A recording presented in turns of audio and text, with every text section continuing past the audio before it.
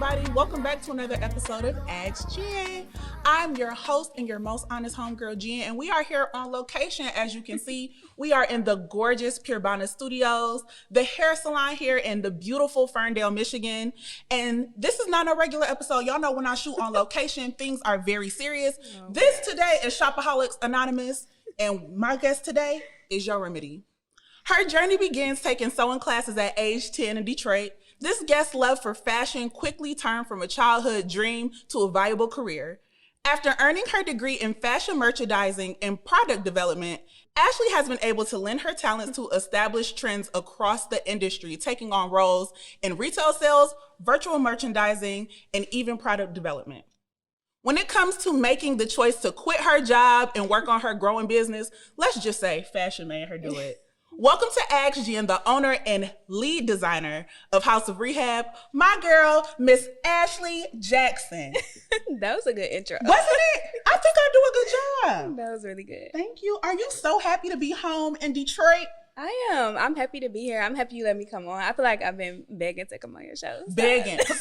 So first of all, for y'all who do not know, Ashley is a Detroit girl, but she currently lives in Dallas. We have worked together. She actually had a campaign for her signature shopper bag, and I was, in fact, the star. And I think that campaign did well. Yes, it was my favorite. It was your favorite? Oh, I'm her favorite. How do it feel to be back in Detroit? It's good. This is my first time. I've been back to Detroit like at least once a year since I moved. But this is my first time like not really having to like do anything. So I get to like be a tourist a little bit. Be a tourist and be on Ask Jen. I know that's right. So like what was your experience like growing up in Detroit? It was fun to me. I feel like it's a lot of stuff you don't realize until you're like an adult, like, oh, like maybe that was like a little bit of a rough neighborhood or this and that. But I had a good childhood. I had posted something about, so when I did my episode with Mac Nichols, I was talking about All Stars and where it was. And you said you grew up down the street from the Star. Let me tell you something. That was in fact a rough neighborhood. It was literally it was a strip club and a church all on the same block. So do people in Dallas really call it the D? They do, and they call it the D, or they'll be like D-Town. I'm like, where'd y'all get that from? Where did y'all get that from? Because that's Detroit. It's very weird. They do. They try. Tell them to stop it. I try. I just be like, don't come to Detroit and say that. Something that stands out to me is not only do you sell clothes and bags, but this year you designed a beautiful black doll. Yes. Her name was Ashley, and wearing your brand's clothes. Yes. What made you want to explore dolls? I always, that was my first experience with fashion. I think I will always want a black Barbie doll, and I love dressing my dolls up, and, I created lives for them, what they did, and I love changing their clothes, and so I was like, I want to make my own doll, so I was like, let me see how hard that is, and it really wasn't that hard, and I was like, okay, I'm going to put my own clothes on it, and it was just, something fun, and just reminded me of my childhood. So it, feel like a dream come true. Mm-hmm. Okay, so we talked about your childhood a little bit. This is Ask Jen. Everybody who come on my show play a game. It's non-negotiable. I'm ready. It's non-negotiable. So we talked about the vision and how, like you said, your beginning in fashion started with your dolls. So we are going to talk about childhood Ashley compared to grown woman Ashley that we have here, okay? So I'm going to ask you some questions, and you are going to answer this question as your childhood self and your grown self, okay? Okay. Gotcha. And we're going to call this game Then and Now, okay? Y'all got me? All right. A song I have on repeat is, so when you was 10, what's a song that you used to always listen to? Well, the funny thing is when I was 10, I was a real big Jay-Z fan. I still am now. And so. Okay. Excuse me. Yes. So when I was 10, that was before Blueprint came out. So whatever was before that, I can't think. Black Album. No, Black Album was after. Oh, excuse me. That was when he was going to retire. There was some Jay-Z song. But I always used to listen to Jay-Z, and my mom, I remember somebody was going to buy me a CD, and it was like, oh, I'll get you the, whatever the non-explicit one. And my mom was like, she don't want that. She want the one with the I want the one with the cussing. Yes. What is 30-year-old grown Ashley listening to these days? What song do you got on repeat? It's probably still Renaissance since it came out. I was listening to Renaissance on the way here. A Renaissance stand, just like me. I be saying, anybody who dropped music since Renaissance came out, I probably heard it, but not in full. My favorite place to go is, where was 10-year-old Ashley's favorite place to go? Ooh, I used to love going up to my grandma's house, honestly, because I was like the only kid on the block, but I got to do whatever. My grandma only rule was you could not go like too far past her house. So she would buy me whatever. One time she bought me like some roller skates and she was like, you can't go too far down the street, but you could roll up and down this driveway. And that's all I did. And my mom was like, she came to pick me up one day. She was like, this is so dangerous. Like, why are you going up and down the driveway? But I love going over there because I could do whatever I wanted. As you should. What do grown Ashley, what is your favorite place to go now? Home. Home. Yes. You went for you. I love Ain't it. nothing changed. You was going up and down that driveway. Now you don't get out the driveway at all. What did 10-year-old Ashley love to learn about? Probably fashion. So I always knew I was gonna be a fashion designer. Consistent. So I used to watch this one. They had the Style Network. So I would watch all the runway shows. Like they would show New York, Paris, London. I would watch all the runway shows and learn all the designers, where they went to school and what they did. So that's what I would watch. And grown Ashley? I love Housewives. I love any like true crime thing on Oxygen. That's mostly what I watch. That's what you like. Crime. What about what you like to learn? What I like to learn, I do like crime. Like that stuff. So if you wasn't selling clothes, you would be solving crimes. I would be a detective. Particularly heinous. I was almost picked to be on a grand jury, and I'm so upset that I didn't get shows. Like I really want to do that. You was ready to put your detective. I want to know everybody's business, and I want to be like, yeah, charge them for that. Yeah. Charge them. You say you don't even know if they're innocent. Charge them. Book them. You okay? Kamala Harris. I like boys that are. What type of boys did 10-year-old ask? Did you like boy bands or boy groups or anything like that? Oh, when I was 10, I'm trying to think. You know what? I really used to be into wrestling. I used to love The Rock when I was a kid. Because The Rock is a fine man, wrestler or not. That man is fine. Yes, I used to love The Rock. What type of men do grown Ashley like? You gotta have some type of money at this point. Okay, like, at this point, it's essential. My girl said the business is booming, and so should yours. Yes, that's all I got. That's all I know right now. I don't know what you look like, but you gotta have some type money. of money, please. Okay. So now that we know about you, okay, you know this is Ask Jen. I love knowing people business, but today we're not gonna be messy, right? Okay. When I talk about knowing business, I'm talking about your business, House of Rehab. So let's start with fashion that made me do it, okay? Yes. So we see a lot of people enter the fashion and designer space through interest in entrepreneurship, but you studied it in school. So like you come from a very technical background. What was your experience learning about fashion through a educational lens? So I went to CAS. I studied fashion illustration at CAS, and then in college I went for merchandising. High school and college. Okay. Yeah. So in college I did more so merchandising, which is like the business side of fashion. So it's everything outside of actual designing and sketching clothes. So it's like textiles, sourcing, product development. So that was always really fun because I love to know how stuff works, and so like learning the behind the scenes part of it was always interesting to me. How does it help with your current business structure? I use it a lot. So I always see people be like, I don't never use my degree, but I do. Like I use it a lot. Like all the stuff that I learned in college, I do actually use as far as like sourcing things or like putting stuff into production. I use it every day. Wow. A person who uses it, I personally am not using my degree. So when you said that, I said, okay, excuse me.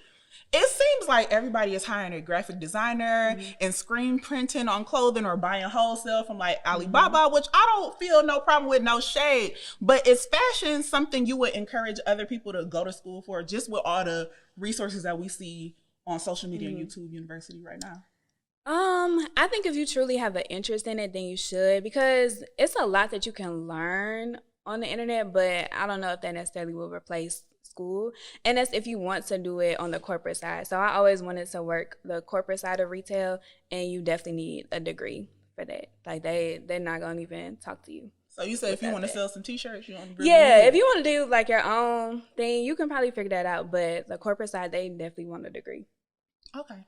So we done talked about school. You go to school, you got your degree, you get a job. What was your first job after school? So the funny thing is, it was probably like whatever the last semester is before I graduate. And I was like, dang, I need to figure out what I'm going to do when I leave Not here. you having so much fun at school. You said, oh, I need a job. Yeah, so I was like, okay, let me think about this. So I applied to be an intern at Nordstrom. And I started there maybe like a few weeks after I graduated at Nordstrom at Somerset.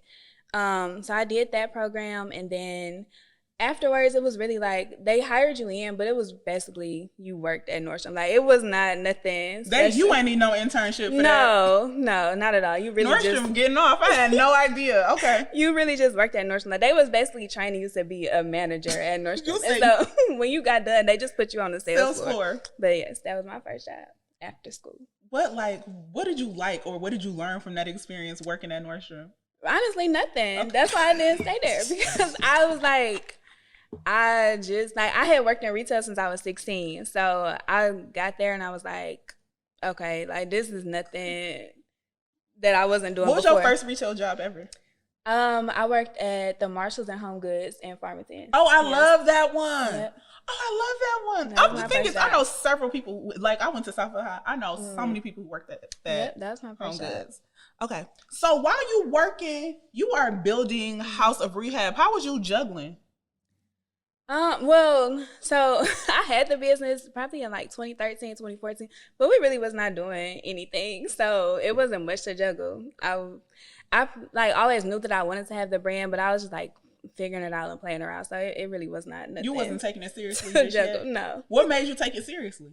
I probably started taking it serious in like 2018, because I would do stuff and then I would be like, I would think like, okay, I'm going to make this product, I'm going to post it, and then it's just supposed to sell out. And that would never happen. No. And so I would be like, I'm tired of like putting money into this and then nothing happens. So I was like, okay, I'm going to take this 1 year, and then if it don't work out, then I'm just not meant to do this. Like, I'm not going to keep spending money.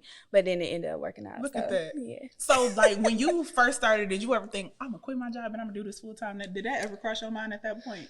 No. I mean, it's something that I wanted to do, but I always wanted to work the corporate side of retail. So that was, like, my biggest focus. And then once I did that, I was like, I don't want to do this no more. You said, I thought I wanted to do this, not so much. Okay, so let's chat a little bit, because we got something in common. The expansion of House of Rehab started in Detroit, and the connector is one of my past guests and my very good homegirl, Mia Ray, and her brand manager, Blair. Yes. Can you tell us the story behind that and how that happened? I don't remember how I met. I think I got introduced to Blair from following Mia, and then I remember like reaching out to her, like I want to be like Blair when I grow up. Like Blair know everything. She do. She was like the first person I seen like going to China, going overseas, and like putting stuff into production. I think she went to school for merchandising as well. And then with Mia, I met her in person in 2014. We did like a one-on-one. This when she was doing a consultation. She's never going to do that again. But sorry. This when she was doing consultations. And so that's when like, because the business was something else. House of Rehab had been a lot of things before what it is now. And so we met with her and she was like, yeah, I don't know. I remember her saying like, I didn't know who was going to walk in when I just, I'm not even going to tell you like what type of stuff we were selling before. It was t-shirts, but it was just not me. So that was like a pivotal point, because I was like, yeah, I really don't like this. It's not me. I was just doing like what I thought would work or what was supposed to work. And that's really when I was like, okay, let me actually do something that I'm serious about. I saw you post the other day that you still have the paper from the one-on-one that you did with her. Do you think it was effective? Like, do you still use what she helped you with today?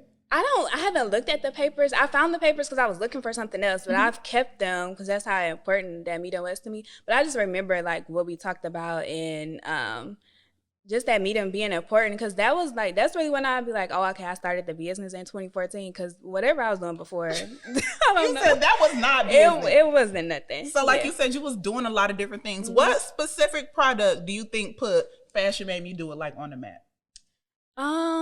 It's probably the first thing I made that actually said Fashion Made Me Do It, which was a gray sweatshirt, and it just said Fashion Made Me Do It in like some different colors. So I do remember that being like the first thing I was like, when I came up with Fashion Made Me Do It, I was like, I'm gonna do that. And so that was like my first thing, and people have asked me to like do that again or bring that back. So I would definitely say that. So you recently made the choice to stop selling some very popular items in order to like refine your brand image and products. What was the thought behind this choice? Because I'm like, if it's selling, it's gonna sell. So the joggers, yes. Mind you, I love the. In fact, I love the joggers. I'm very upset she's not selling these no more. The thing is, they're in stock right now, and I know that the minute that they sell out, people are gonna be like, "What happened to the joggers?" Me. Like, yeah. So I feel like it got out of control. Like in business, you always trying to figure out like, okay, what are people gonna respond to? What's gonna sell? And so I was like, oh, people like this thing. Let me do more of this because I want money. Like, let me just do what they like. And then I feel like it just got too out of control. And now that's like the bulk of the business. And it was never supposed to be that way at all. But it's hard to stop doing something that people like and I know they're gonna buy, to be like, well, let me try this thing that I'm not sure of. But I was just like, I don't want to do it no more. I'm not excited about it. And there's so many like other things that I want to do and so many other marketing ideas I have that don't fit joggers. And one day, maybe like earlier this year, this girl was like, yeah, I like your stuff. You're a loungewear brand. And I was like, no, I never set out to be a loungewear brand. So I was like, let me stop selling joggers. It's so funny that you said this because like when people are like, oh, I love your podcast, I'm like, hey, man, I don't think it's a podcast. No, I don't know. it's a talk show. You understand the brand image. It's a talk show. That's exactly how I feel. Exactly. See, you get me. So for those of you who don't follow Ashley on social, of course, I'm going to tell y'all too. I tell everybody with a small business needs to be following her. First of all, your page is just so aesthetically pleasing. The visuals are fantastic. Always, I just think everything is on point. And me personally, I worked on a campaign with her that I told you was very successful. She felt like it did well. And just the visuals and the thought that she put into it was just so purposeful. And just working with her was a joy.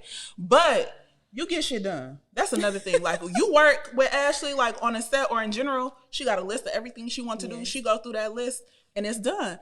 And in fact, she moved fast. It's good, but it's fast. And I feel like that take a lot of practice. Being able to do something good and fast is definitely a talent that you got. But you girl boss hard, but you do not gatekeep. You don't gatekeep. No. You are always open and sharing resources and opportunities with your followers. What made you start using your social media, like from cute pictures, cute videos, selling a product to like a complete resource hub?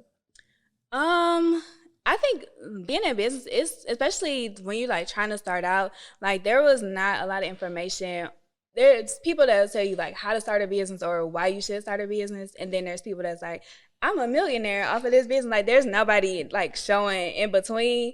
So I guess I couldn't find the information. So I was like, I'll tell people my business. That's fine. So that was like the main reason, just because I feel like nobody really shares like the in between or the process. It's just, you should start a business, or I have this like super successful business that you should want to be like. So I just wanted to share like the in-between of it, because it's not perfect, but I don't mind like being the example or like showing people what works, what didn't work. And one thing like I wanted to point out, like, you know, the information that you share is valuable. Every time you show like a very well performing like reel or TikTok, it's literally you sharing information. It's not nothing that's just cute or aesthetically pleasing or you even trying to sell something. It's you sharing information. So it's obvious that this is something that people need. I love how you just shared tips and tricks. I just want to say that personally. Even you have story times as a business owner. One of my favorite is when you talk about customer service. So being a smart bitch that I am, I created a game.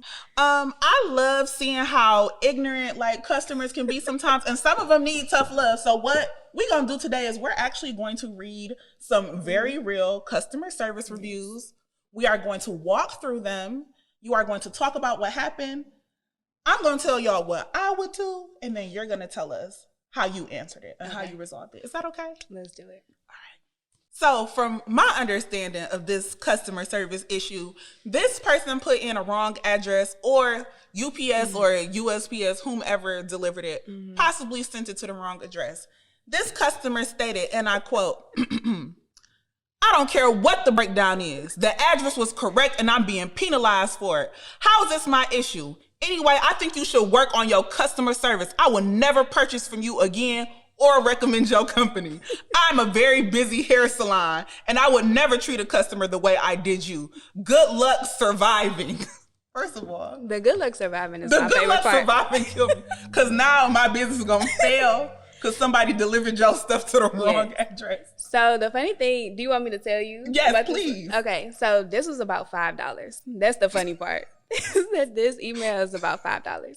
So whatever happened with her order, they could not. Also the title of the email is "I'm so confused."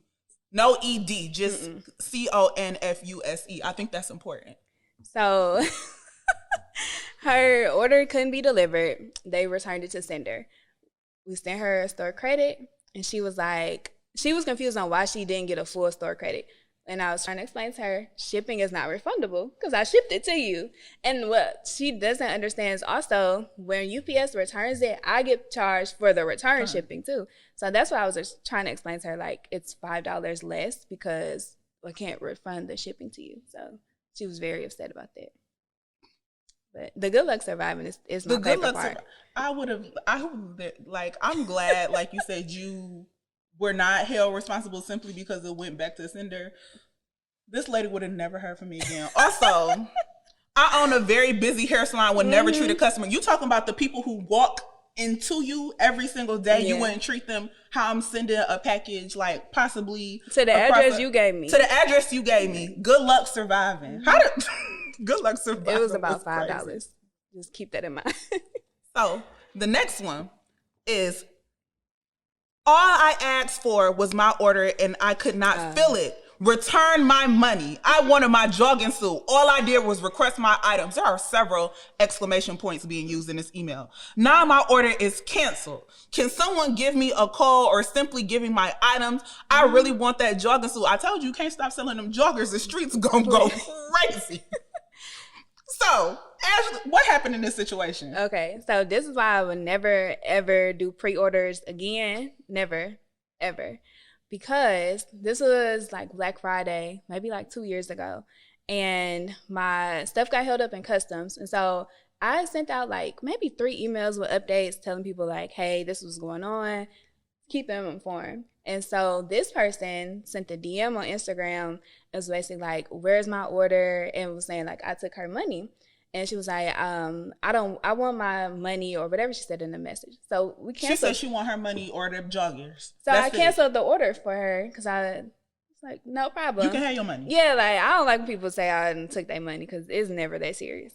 And so then she sent the email upset that we gave her money back. She wanted them joggers. But I'm like, you must have missed all the communication. Also, you said, give me my money or give me my joggers. Yeah. You gave her the money back. She said, I gave you the money back. I really wanted them joggers. And then she's like, now you cancel my order. I'm like, because you wanted your money back. That's how you get your money back. So so you heard that meme message. This is how Ashley responded. Hello.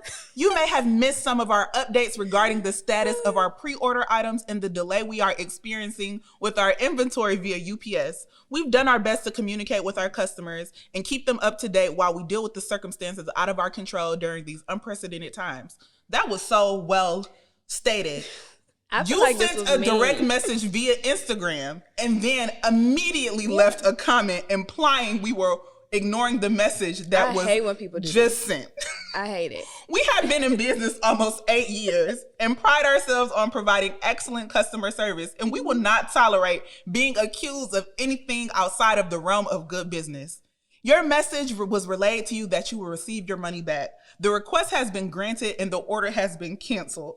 A full refund has been issued and may take up to 3 to 5 business days to return to your form of payment. You handled that so well. I feel like that was mean. But I think that was mean. You explained, one, what happened. 2, explain how her actions resulted in exactly what happened to her. Yeah. And 5, you're not about to call my business unprofessional and crazy. Yeah, I just don't like when people be trying to act like I took their money. And I'm like, it's not that serious. That email was so nice. That was not mean. I would have been like, girl, but that's you what better wait for this jogging suit. The most is like when people send a message and then they'll leave a comment like, I messaged you. And like, you just did that. Like, you making it seem like I ignored your message. Like, it's not that serious. Take your money back. There is currently an Instagram company that I bought clothes from that I am like in a very full beef with. Every place that I could leave a bad comment about them, it's going on there. And they never email me back the way you email me. I've experienced that before with someone, and I get that, and that's fine. You should do that. But in this instance, I'm like, it was literally a minute in between was not deserved. The message and the comment. Someone said this one is a customer regarding their order. Nor do I want to store credit. You can either send a return label or refund my original card, or I can call the credit card company. Mm-hmm. This was what you said back. As mentioned in our return policy that is posted online and available for you to read prior to making a purchase. Customers are responsible for return shipping and all items are issued via a store credit. To be fair to our customers, we have to honor our posted return policy. We are unable to make special accommodations. If you would like to proceed with sending your order back, a return issued via store credit would be happy to assist. Please follow the steps provided in our previous correspondence to initiate your return. So what happened in this situation that they said they don't want to pay shipping fees or they don't want to get a store credit because they didn't try nothing on?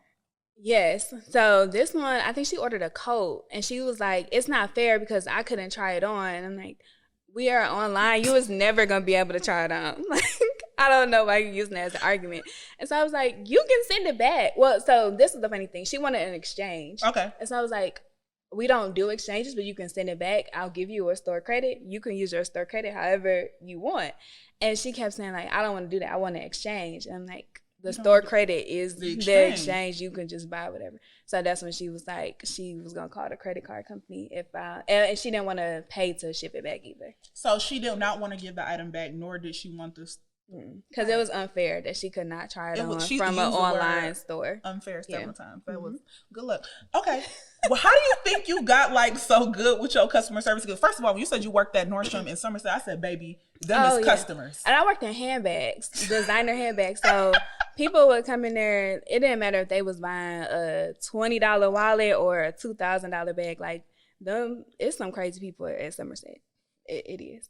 But so when I first moved to Dallas, I worked at Fossil, the watch company. So I did customer service for them. I did it over the phone, and then I also did it via email. And so it's really not much that you could say to me that I've never experienced. Like, I've seen people be mad or like say outrageous stuff because they think that's the only way that you're going to help them. So yeah, it ain't much you could say that I'm like, oh my God. And what you gonna do? Call the credit card company? Okay. Like, I did whatever I was supposed to do. I shipped you your stuff. Like, I've had people say crazy stuff. The other lady said she was gonna call the Better Business Bureau on me. I'm like, okay. Like, that's fine. Why do, like, threats? Anyway, like you said before, like, I am currently, like, in a kind of back and forth match with a company that I bought something off of. They didn't do what they were supposed to do, and they're not trying to do right. What are something that all companies can do to, like, enhance their customer service skills? So, because I think yours are good. Like you said, you thought you was me. I think you are fantastic. So that's the sad part about it is you have to have a policy in place and you have to enforce it. Like, that's and it sucks because sometimes I want to be like, oh, okay, no problem. Like, I'll bend my rules for you. But every time I've done that, it's backfired. So now I just be like, this the policy. This was online. This is what we got to do. We got to follow these rules. And I think a lot of people get messed up when they sell stuff that they, don't have, or like, the only time I've done a pre-order, I had already paid for the stuff. It was on its way. I've never done a pre-order where I need the money to do the stuff. That's terrible. Don't do that. If you get a pre-order and you need the money to get this stuff from whoever you buy it from, it's going to go bad. Don't do it. It's going to go bad. It's going to be horrible. But I think that's the biggest thing. Or, I don't know. Like, some stuff I'm like, why is it so hard to just get the order and ship the stuff? Like, it's really not that hard. That's all I don't know what people be doing. I don't know what people be doing. Y'all need to get y'all business practices together. Y'all need to talk to Ashley because her stuff is together. The company that I'm beefing with, that's literally it. They said that they have a particular shipping window. Did not ship within that shipping window. They missed arriving the day I was supposed to come. I told them, hey, I really don't want this no more because y'all missed y'all shipping window. And they sent it anyway.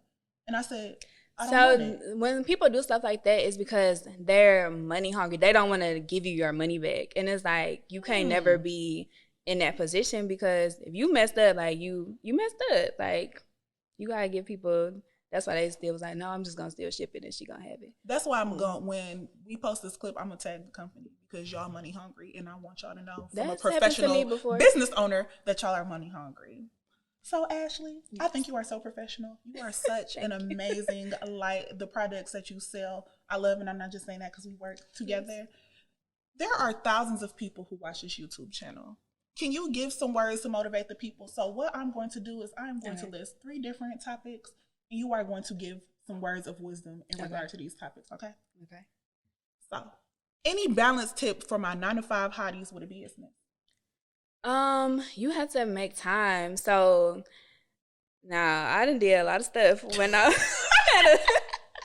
I had a business. Well, I had the business and had a job. I'm not gonna recommend all the stuff that I used to do, but I would say you have to figure out time and you have to be creative. That's how, like I said, I've done stuff at work that probably was questionable, but you gotta like figure out like I wouldn't, when I got off work, I wouldn't have time to go to the post office. So I was like, they got a mail room at work. I'm gonna drop this stuff off. Period. There. You gotta do what you gotta do. So yeah, like you gotta get creative and figure some stuff out. Oh, one thing I want to say, you heard her say that she's been like running a House of Rehab like consistently since 2018. It's 2023. Ashley just quit her job, her full 9-to-5 last year. She has been running this very big, prospering business for 5 years before she even thought about quitting her job. So I want people to really keep that in mind, because it's how long do you really want to do it? 5 years, and the thing, House of Rehab was doing very well. How did you hold on for so long? This the thing, like all my friends like, when you gonna quit your job? Why you still go to work? But I like working, and I feel like as long as I could balance doing the both of them, I might as well do it. Until it just got overwhelming. I was like, I can't do both. And it was frustrating a little bit because I'm like, dang, the business is doing really well, but it's not doing well enough to afford me. So I still gotta go to work. I know that's right. But then it's like the business could be doing better, but I gotta go to work. And I can't not go to work until the business is doing better. So it just took some time. But yeah, to this day, I like working. I just don't have the time to like juggle. You just literally cannot do both. Yeah, I tried it for a long time. Like you did it for a long time. I did a lot of stuff. Like I used to get stuff delivered to my job. So the one day, the girl that worked in front of me, she was like, "You order a lot of stuff from Amazon." And I was like, "I do." And I knew she wanted to be nosy because like this stuff clearly not from Amazon, baby. This is inventory. It was like 10 boxes in my cubicle opening this stuff. You was stripping. Yeah. That's crazy. I did a lot of stuff in the cubicle. Okay, for anyone with a business who is looking to change or refine their business model but scared of pivoting. That's hard because I'm not really scared of like building something up and like breaking it all down. That's kind of, I'm like, I don't want to sell joggers anymore because I'm not excited about it. I think you have to do like what, at the end of the day with business, you put your own money up. So I'm not going to spend money on something that I'm not that excited about, because you're going to be burnt out eventually. Like, I could sell joggers for the rest of my life if I wanted to, but I'm not excited about it. So it's kind of like, at that point, the money, it's not that exciting.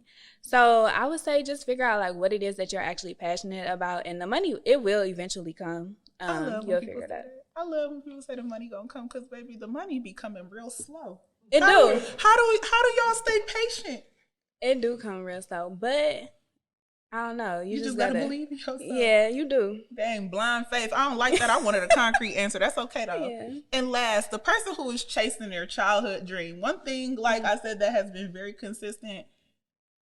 The vision has always been in your head, and you just been following it. Anybody who feel like they too grown or too old or too tired or done did too much to chase a dream that they had as a child, what's some advice you could give to them? I would say just figure out how to do it. I did House of Rehab for a long time before it was like we just started making some type of money.